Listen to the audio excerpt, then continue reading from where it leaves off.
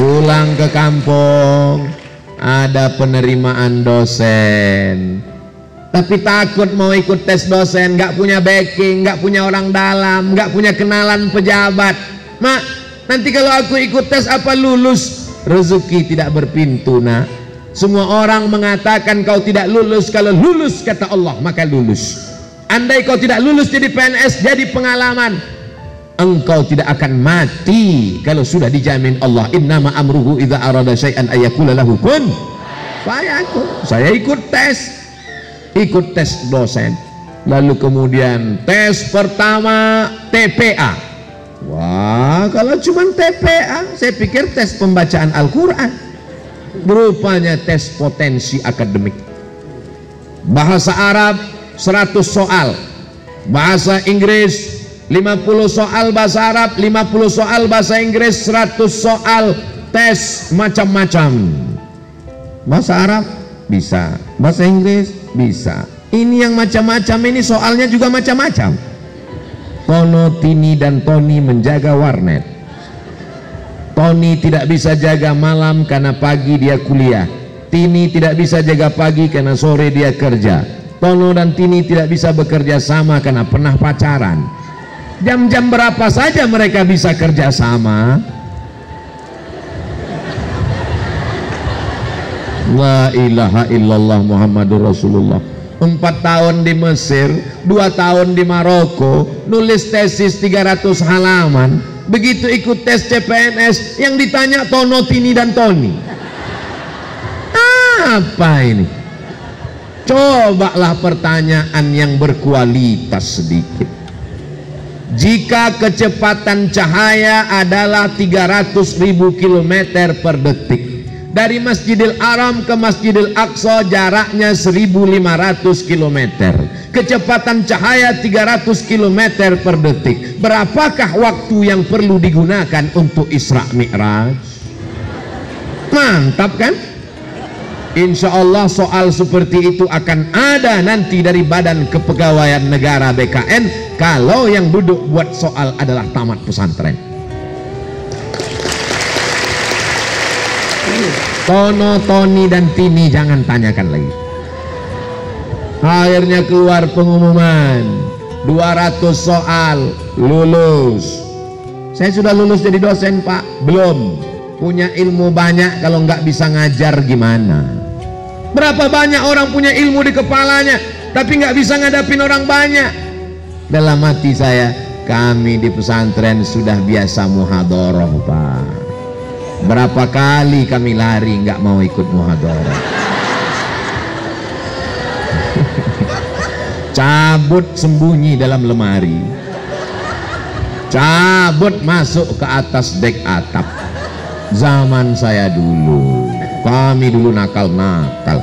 Adik-adik sekarang coba lihat baik-baik, sopan-sopan. Kami dulu di bawah sedikit level dari hantu. Muhadharah dari kelas 1 kita udah terbiasa muhadharah. Setiap pekan kita muhadharah, biasa ngadapin orang banyak. Maka ketika dites ngajar, saya tanya, di kelasnya berapa orang, Pak? 25 orang. Saya ngajar biasa aja. Nanti saya ngajar apa? Sesuai dengan mata kuliah keahlian mengajar ilmu hadis. Oke, saya masuk. Assalamualaikum mahasiswa-mahasiswi semua. Rupanya mereka di dalam itu sudah dites untuk supaya buat kita grogi. Jadi dia ngeliat kita terus.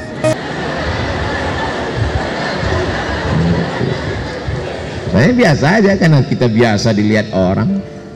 Jadi Ustadz biasa dilihat orang. Iya. Kapan? Di pondok dulu. Ketika sudah digundul berapa kali, mau digundul nggak ada rambut lagi. Mau ditempeleng udah bolak-balik. Mau dipukul batang sapunya sudah patah. Akhirnya hukumannya gimana?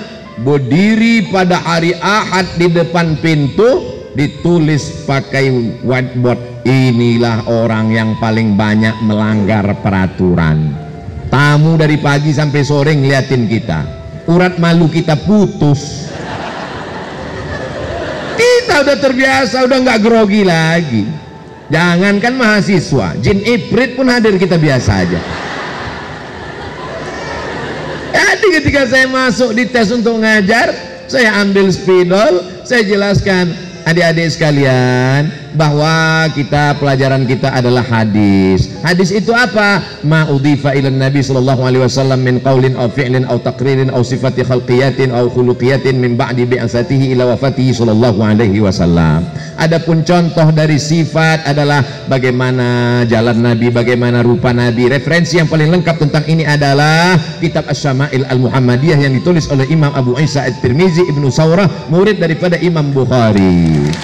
Adapun contoh tentang ucapan Nabi Sallallahu Alaihi Wasallam diantaranya yang diriwayatkan oleh Abu Hafiz, dituliskan oleh Imam An-Nawawi dalam kitab Arba'in An-Nawawiyah, hadis yang pertama diriwayatkan dari Abu Umar bin Khattab radhiyallahu an. Kata Nabi sebelum hijrah, innamal a'malu binniyat wa innamal likulli imri'in ma nawa, faman kanat hijratuhu ila Allah wa rasulihi fahijratuhu ila Allah wa rasulihi, faman kanat hijratuhu ila dunya yusibuha aw imra'atin yankihuha fahijratuhu ila ma hajara ilaih. Pertama mereka matanya yang terbuka, lama-lama mulutnya terbuka. Lalu kemudian kata yang ngetes, udah cukup, kata dia. Keluar pengumuman, tes ngajar lulus. Lalu kemudian saya tanya, sudah bisa jadi dosen? Belum. Aduh, tes apa lagi? Kamu akan dihadapkan dengan tes berhadap-hadapan dengan guru besar. Akhirnya ketemu dengan guru besar. Ternyata guru juga, cuman agak besar.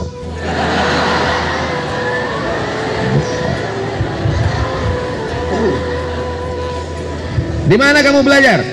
Saya S1-nya di Mesir, Pak. Terus S2 di mana?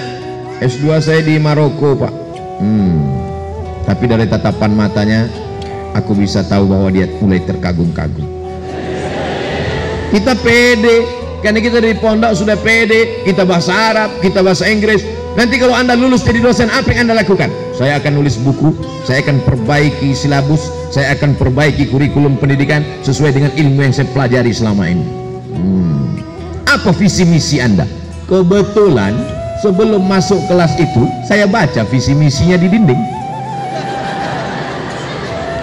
Saya akan mewujudkan Universitas Islam Negeri Sultan Syarif Kasim menjadi pusat peradaban se-Asia Tenggara, sejalan antara budaya Melayu dengan keislaman.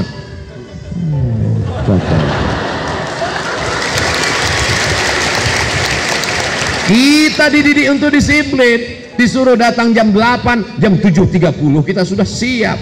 Di pondok kita disiplin. Kenapa kita disiplin? Karena telinga kita sudah terbiasa dengan teng teng teng teng teng teng teng teng. Sajadah, rotan, batang sapu. Adik-adik sekarang enak, kalian dilindungi oleh Komisi Perlindungan Anak. Kami dulu nggak ada komisi itu.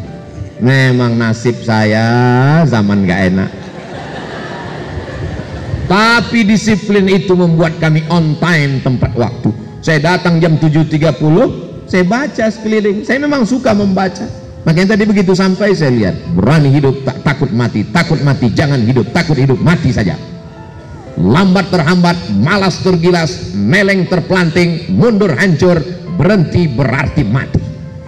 Jadi ketika saya datang tuh saya baca, oh tepat dia tanya, sesuai pucuk dicinta ulam pun tiba. Lalu kemudian ketemu dengan satu lagi. Ini guru besar akan ngetes lagi, kata dia. Apa ini tas tes. Silakan masuk. Saya pun masuk. Dia tidak suruh saya duduk. Putar ke kanan, saya putar kanan. Putar ke kiri, saya putar ke kiri. Oh, ternyata Anda tidak cacat. Ini diskriminasi. Di Mesir berapa banyak dosen-dosen kita, mohon maaf, yang tidak bisa berjalan, Ustaz. Tapi mereka hafal Quran, mereka bahasa Arab hebat, bahasa Inggris, ngajar. Dosen saya Syekh Ibrahim Al-Khuli, Profesor Doktor, mohon maaf, tunanetra, tapi hafal Al-Quran, hafal hadis.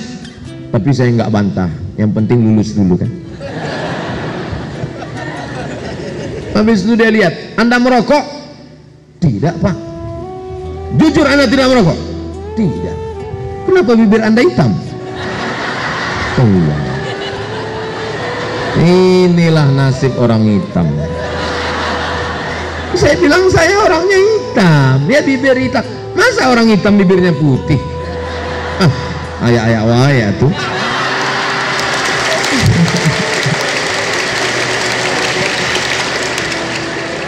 Akhirnya lulus ngajar, tapi saya tetap tidak meninggalkan ceramah.